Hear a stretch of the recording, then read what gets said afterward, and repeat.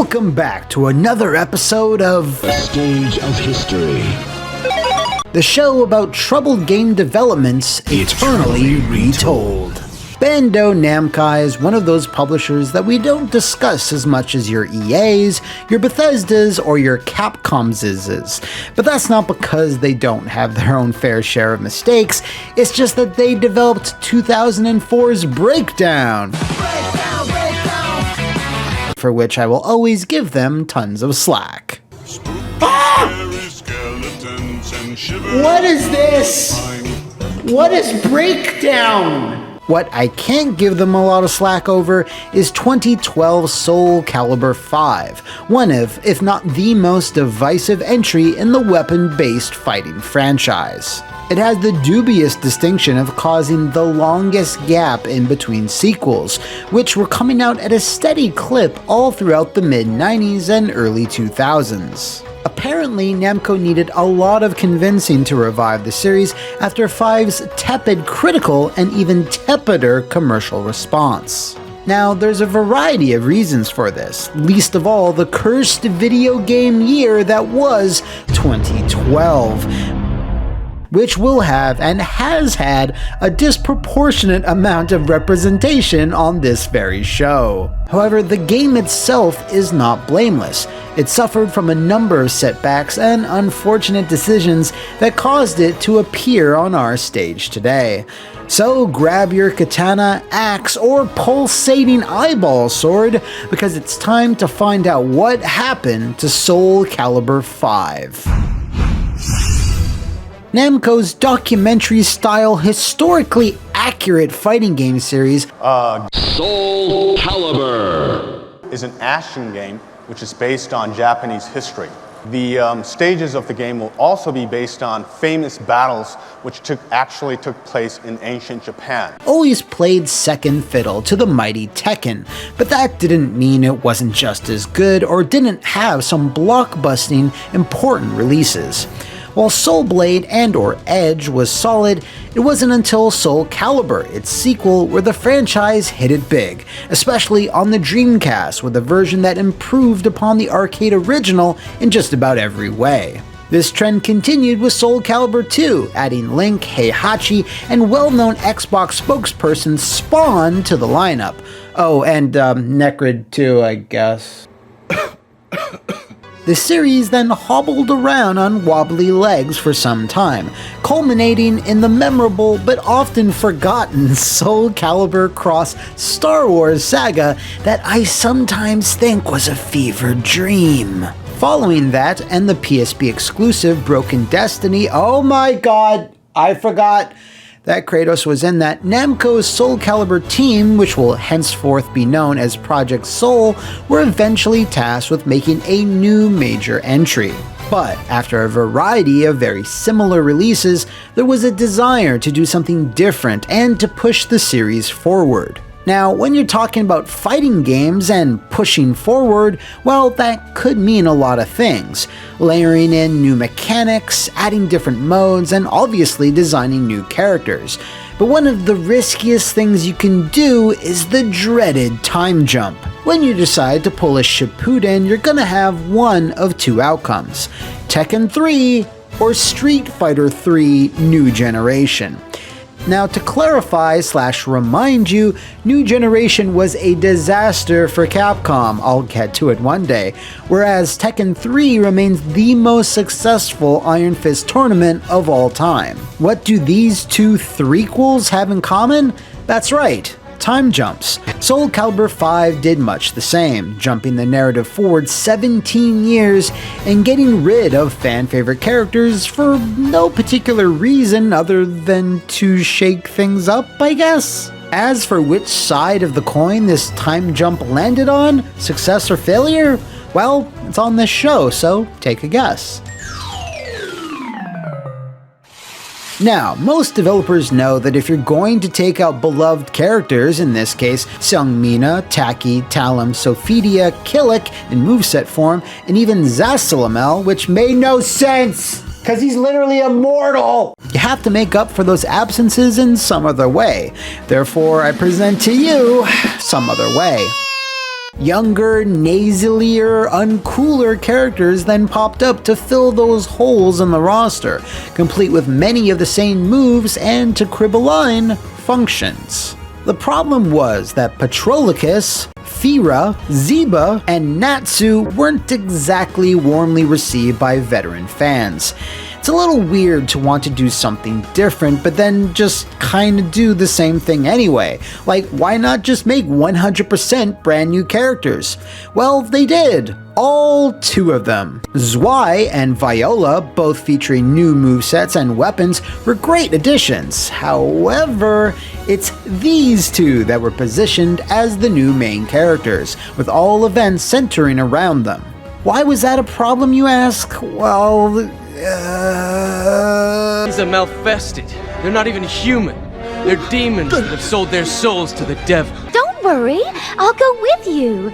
So you just follow me and no arguing, okay? Just do what I tell you to do.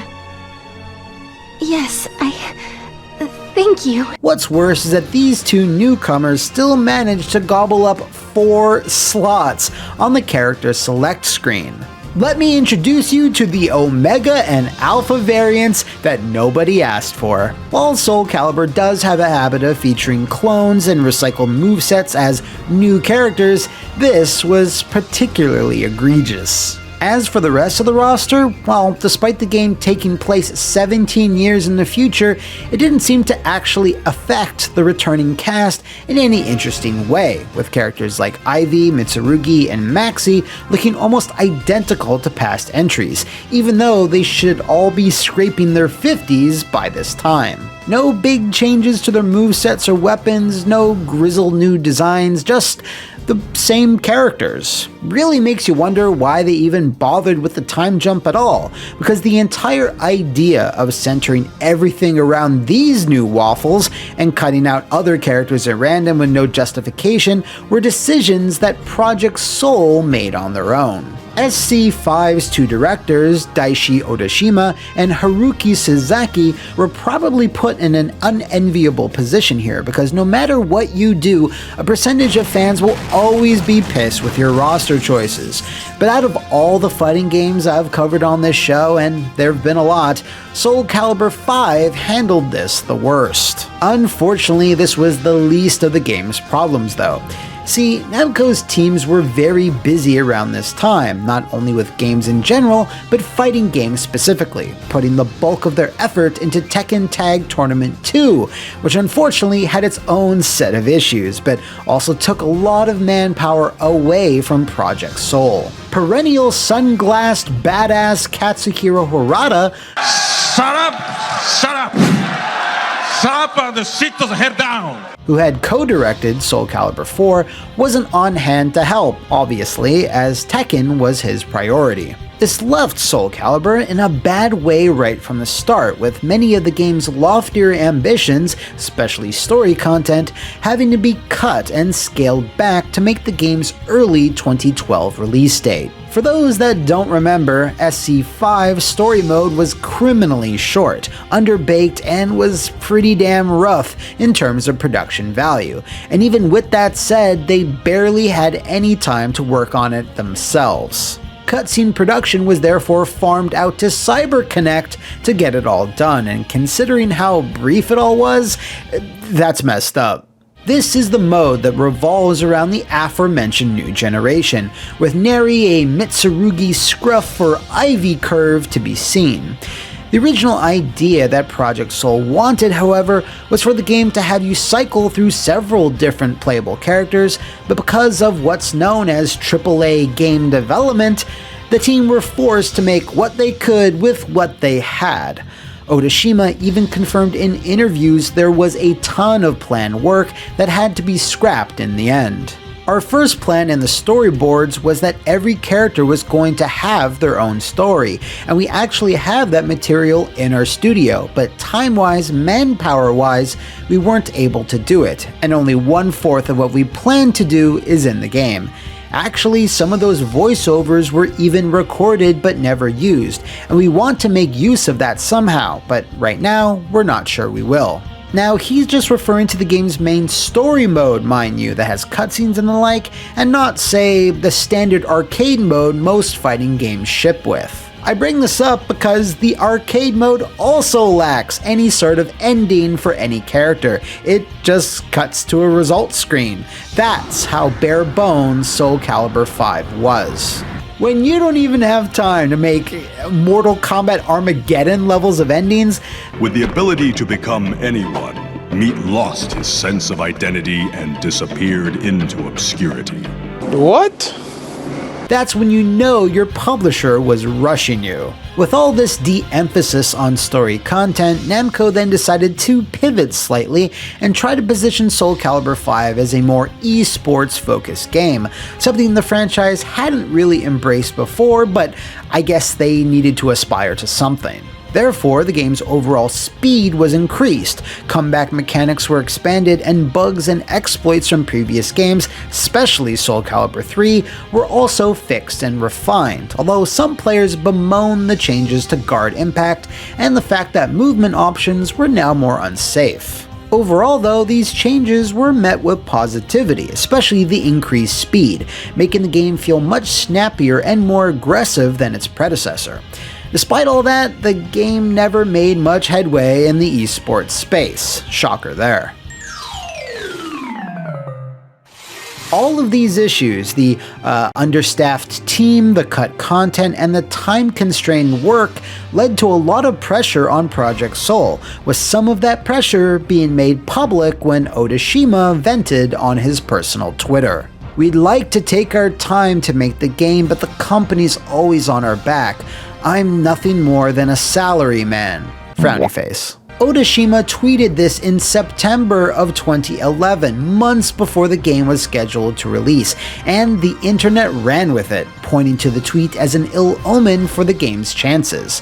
Already, a percentage of fans were skeptical of the missing characters and the time jump, so this only intensified their concerns.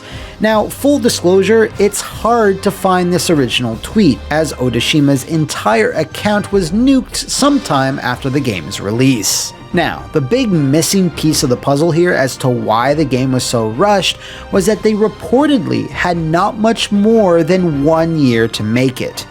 Team Project Soul was broken up after the release of SoulCalibur 4, most likely to help with other Namco projects, and were only reformed in late 2010, early 2011, so it's no wonder the game turned out the way it did. Why did Namco just not delay the game further? Well, one reason could be because of Tekken Tag 2.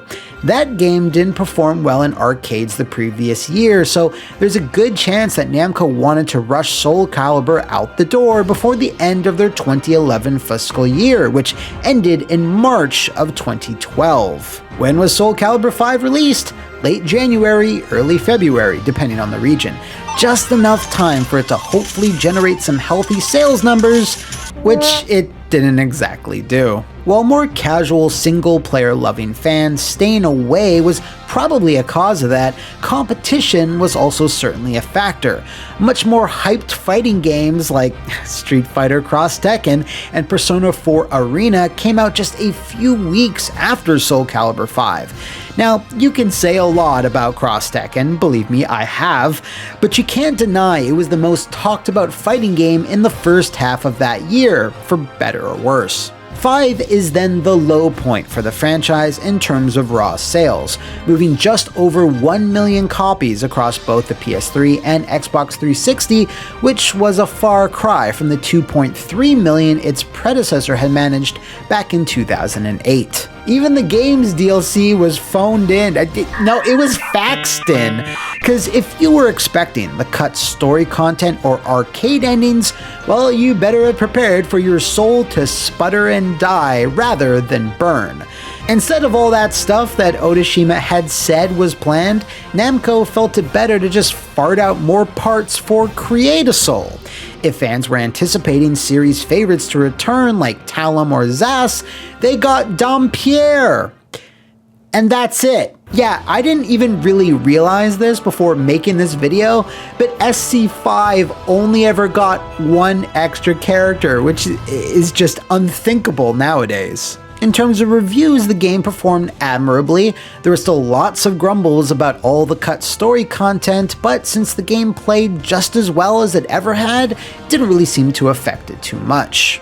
But honestly, it was the sales that mattered, and that was the end of SoulCalibur for the next 6 years. When a fresh team then approached Namco upper management to bring it back, they were keen to undo the damage 5 had inflicted. Therefore, the game was more or less a soft reboot, going back to the earlier days and splitting off into a slightly different timeline. Thankfully, 6 was much better received, even by Namco themselves, who said as such, and went on to sell over 2 million copies worldwide and counting. Hell, just its DLC roster is more exciting than 5's entire default lineup, and features one of the more wild selection of guest fighters. As for Odashima, well, he moved on to Sega shortly after SoulCalibur 5's release, and directed 2018's Soul Reverse, a Japan-only... Wait, whoa, what the hell is this? A medieval arcade hack and slasher? Wait... Is this any good? Someone let me know. Anyway, Odashima's last credited work is being a planner for the excellent Virtua Fighter 5 Ultimate Showdown. And before you ask me, yes, here's a video about virtually all of Sega's mistakes with their roster of polygonal pugilists. Even though this entry in Namco's legendary series was a bit of a misfire that was clearly mishandled and not prioritized by them, it did not result in the series itself being cast to the abandoned IP dungeon. While it's unclear SoulCalibur 6 will continue or a 7th entry is in the works, it's nice to end this tale of souls and swords on a positive note. If you know of any other games, fighting or otherwise, that have suffered similar fates, let me know in the comments below, over on my Twitter, or enter The Stage of History. That is the Flophouse VIP Patreon, and become a big boss to nominate what you'd like to see on a future episode. See you next time, and thanks for watching. Alright, cue Max's music!